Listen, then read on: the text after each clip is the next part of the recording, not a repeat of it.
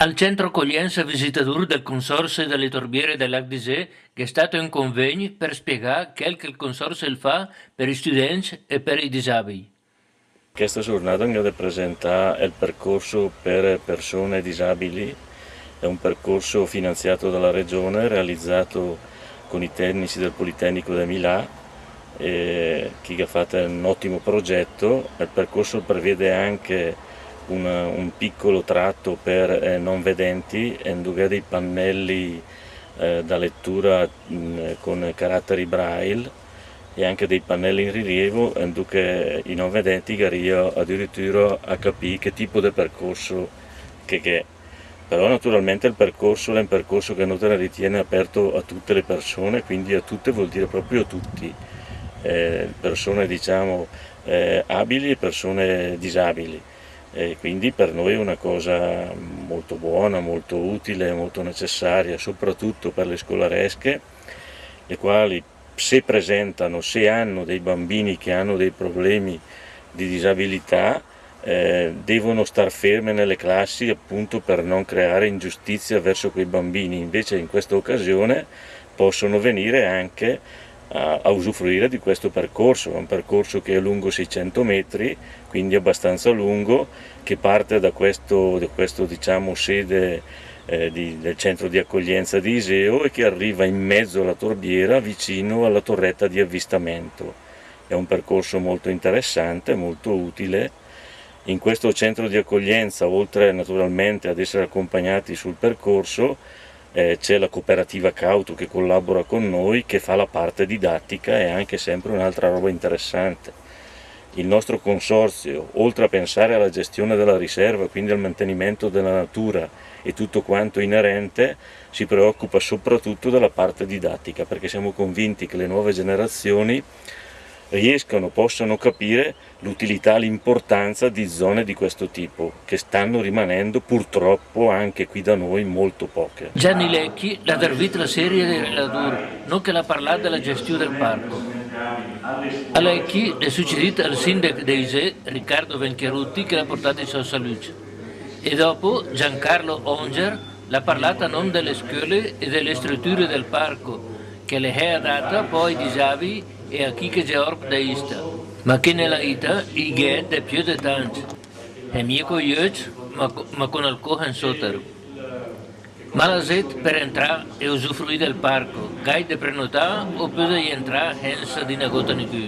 Le scolaresche è sempre opportuno che le dovrebbe prenotare perché abbiamo, oltre alla parte didattica, e qui forniamo circa 44-50 diciamo, interventi gratis alle scolaresche, abbiamo anche la parte diciamo, che è pura camminata in mezzo alle torbiere, che parte soprattutto dal monastero di Provaglio, e lì serve sempre prenotare naturalmente. Noi notiamo la presenza di circa 200 scolaresche all'anno, quindi è un buon risultato.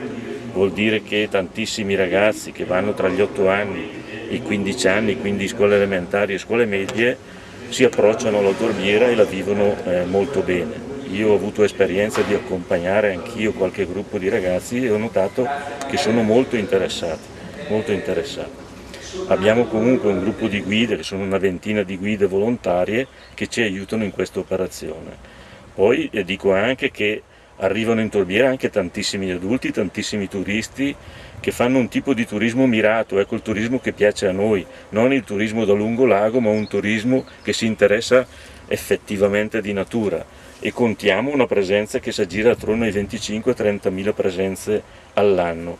Quindi vuol dire che la riserva delle torbiere è molto apprezzata e molto seguita, ecco, questo qui ci fa piacere. Questo per le scuole, ma i privati, Omen, Fonne, insomma, chi che le scuole già fate già da un po'. I privati i polni de persone, però a gruppi inferiori di 5 persone. Se sono superiori a gruppi di 5, i gares de telefonare e prenotare la visita con una guida.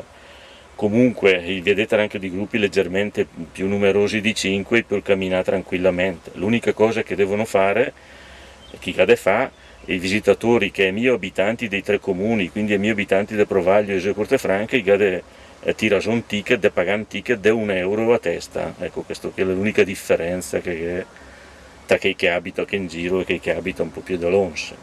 Al Parco delle Torbiere è stato al centro dell'attenzione per l'incendio, ma poi per le coltivazioni che le è abbiate nella zona della mette del consorzio. Ma adesso, se possa dire quel che si tratta? Ecco, chissà i coltivatori, e cosa che pianta solo lì, ma dico che lei è il formentul, il mais, o il melgot, come la chiamano in Val Camonica, quel che opera per fare i sacchi di plastica biodegradabile. Il problema vero è che lei è per me a fare quella roba lì, e stando all'interpretazione delle carte degli habitat, e lei è per me fa perché lei è imprat di che i prai di Hegai e che ha il più alto tasso di biodiversità, e è molto importante della riserva, per cui fa sparire en toquel de brate, le mie tappoc, adesso grosso modo per avere anche 2-3 ettari, la roba la comincia a preoccupare, anche perché è possibile fare per plasticante tutta la riserva, masker home. Al consorzio l'ha racciapato una posizione sull'argomento? Per il? Al consorzio, per quanto ne ho me, quando ha cambiato la coltivazione mi è stato informato cosa vuole fare il consorzio esattamente, è il mio, per avere il risultato che io consultato il comitato tecnico scientifico, però per me, alla mia interpretazione, che è un tecnico cartografo, che lei è comunque un reato bel e bu, che andrebbe, che bisognerebbe immediatamente domandare al ripristino e fare pagare i hansu. Però gli esperti decideranno. Il consorzio, per uso del presidente Gianni Lecchi, ha riferito che la questione sarebbe vagliata dal comitato scientifico, che darà un giudizio al 21 di questo mese, e allora il TG riferirà ai telespettatori.